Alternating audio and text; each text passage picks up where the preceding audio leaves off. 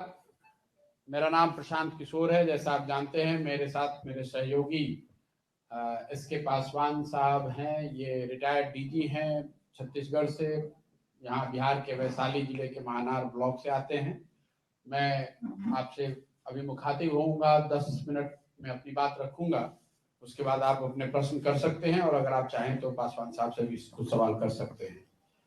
जैसा कि आपको पता है, मैंने 2 मई 2022 को पटना में प्रेस वार्ता के जरिए जन सुराज नाम से एक अभियान की शुरुआत की घोषणा करी है, जिसमें मैंने बताया है कि बिहार में एक नई राजनीतिक व्यवस्था बनाने के लिए बिहार में हर प्रखंड, हर पंचायत, हर शहर, हर जिले में जाकर लोगों से संपर्क स्थापित करना, लोगों को जानना, समझना, ताकि जो राजनीति में सही लोग हैं, समाज में जो सही लोग हैं, उनको राजनीति में लाने के दिशा में एक सार्थक प्रयास किया जा सके। इसकी जरूरत मेरे मुताबिक इसलिए है क्योंकि बिहार आज देश का सबसे गरीब और पिछड़ा राज्य है। देश में सबसे ज्यादा गरीब लोग, देश में सबसे ज्यादा भूखमरी के शिकार, देश में सबसे ज्यादा बेरोजगार और गरीब पलायन करने वाले लोग हम लोग के राज्य बिहार में ही रहते हैं। और ऐसा तब है जब पीछे की जितनी भी सरकारें यहाँ रही हैं पिछले 30-40 सालों में, हर व्यक्ति या हर सरकार, हर नेता ये दावा करता है कि उसने कुछ अच्छा ही किया है। तो ये जो मेरा पूरा प्रयास है वो उनको क्रिटिसाइज करने के लिए नहीं है। मैं आपको ये कह रहा हूँ कि जिन्होंने भी जो किया या जो करने का दावा कर रहे हैं, अगर उसको आप और हम सही मान भी ले तो भी आज जो बिहार की स्थिति है वो किसी राजनीतिक वाद विवाद या टीका टिप्पणी का विषय नहीं है। आज हम लोग देश के सबसे गरीब और पिछड़े राज्य हैं। इसलिए मुझे ऐसा लगता है, और हम लोगों ने जो यहाँ पर जमीन पर समझा, जाना, लोगों की भावना को समझने का प्रयास किया, उससे ऐसा लगा कि लोगों की ऐसी समझ है कि बिहार में कुछ बेहतर, नया और बेहतर होना चाहिए।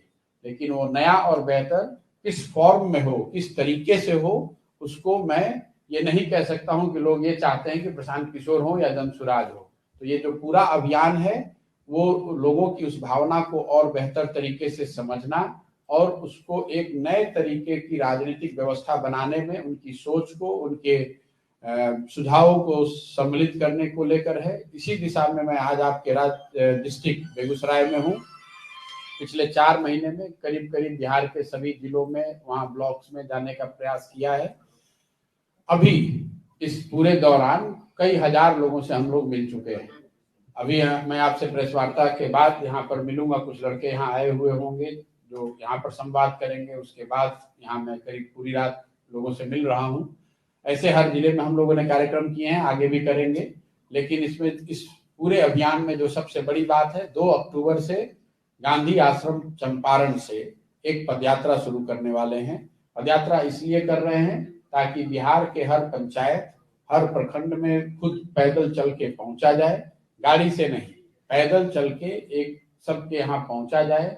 लोगों से ये सीखने और समझने का प्रयास किया जाए कि बिहार की जो आज स्थिति है उसको सुधारने के लिए क्या कुछ किया जा सकता है, समाज में कौन से ऐसे लोग हैं जिनको साथ में लेकर चलने की जरूरत है और उनकी रियल समस्या क्या है। हर एक तो हम लोग जानते हैं कि बिहार में शिक्षा व्यवस्था खराब है, गरीबी है, अशिक्षा है, वो सारी बात जानते हैं। लेकिन हर जिले में, हर प्रखंड में, हर पंचायत की एक अपनी भी समस्या है। उन पूरी समस्याओं को समझना, उसको एक साथ लेकर पंचायत वाइज सुधार का एक कार्यक्रम बनाना, पंचायतों से और प्रखंडों से सही लोगों को, जो समाज के नजर में जो सही लोग हैं, ऐसे लोगों को एक साथ लाना और फिर उनके साथ बैठकर आगे की दशा और दिशा तय करना। अभी अगले 12 से 15 महीने तक यही करने वाले हैं।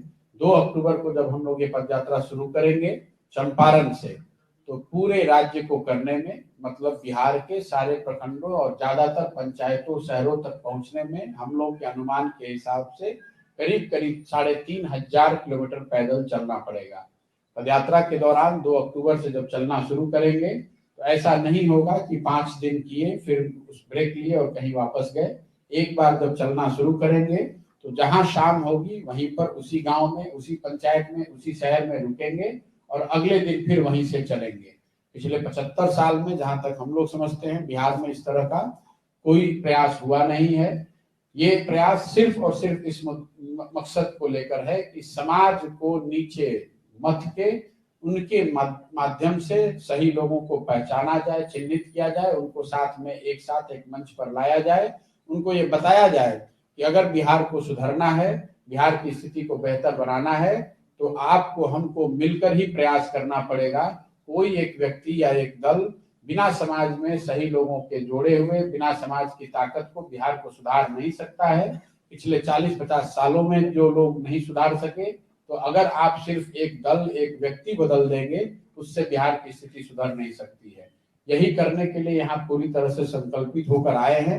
इसको करने में समय 2 साल लगे या 5 साल लगे, करूंगा यही, और इसी अभियान में मैं आज यहाँ आपके डिस्ट्रिक्ट में हूँ। अब आपके जो प्रश्न है वो आप सवाल कर सकते हैं। बहुत बहुत धन्यवाद। सर, कांग्रेस ने भी भारत जोड़ो अभियान शुरू किया है, आज ही से शुरू किया है, उससे ये आप प्रेरित? कांग्रेस ने भारत जोड़ो अभियान शुरू किया है, उससे पहले 2 मई को मैंने इसकी घोषणा की है। कांग्रेस ने तो 2 मई को घोषणा नहीं की थी। प्रेरित तो किसी से नहीं है, और कांग्रेस बहुत बड़ी पार्टी है, वो देश में काम कर रहे हैं।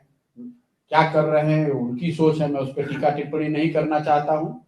लोकतंत्र में हर व्यक्ति, हर दल को ये अधिकार है कि वो अपने तरीके से लोगों के बीच में जाए, अपनी बात कहें।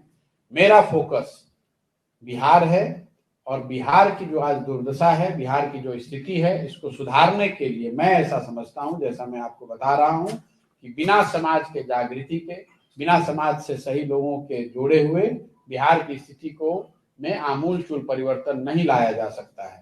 इसलिए ये पूरा प्रयास कर रहे हैं। आपको चुनावी रणनीतिकार के रूप में भी माना जाता है। अभी नीतीश कुमार एनडीए से अलग होकर महागठबंधन में शामिल हुए हैं, और देश भर में विपक्ष के जो नेता हैं उनसे मिल भी रहे। सर, इसके आगामी जो लोकसभा चुनाव में इसका क्या असर है? देखिए, इसको मैं कई दफे मैं ये बात कह चुका हूँ।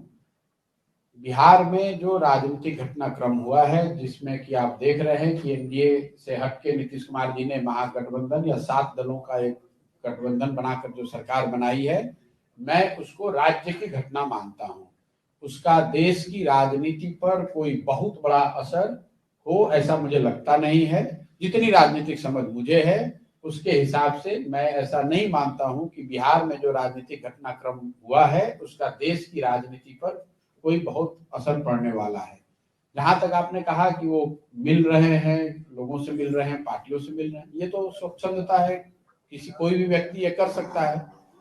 अभी 1 महीने पहले तक तो नीतीश जी ही कह रहे थे कि वो पक्ष में ही थे, अब 1 महीने के बाद वो विपक्ष की बात कर रहे हैं। 2 महीने के बाद फिर कहाँ रहेंगे, ये आपको हमको भरोसा कितना है, जनता उस पर कितना भरोसा करती है, ये तो जनता को तय करने दीजिए। लेकिन ये बिहार की घटना है। बिहार में आप कोई गठबंधन या कोई फेरबदल करते हैं, उससे देश की राजनीति पे कोई बहुत असर पड़ेगा ऐसा मैं मानता नहीं हूँ। मान लीजिए कि महाराष्ट्र में एक महागठबंधन की सरकार चल रही थी, बिहार के उलट। बिहार में एनडीए चल रही थी, यहाँ महागठबंधन बन गया।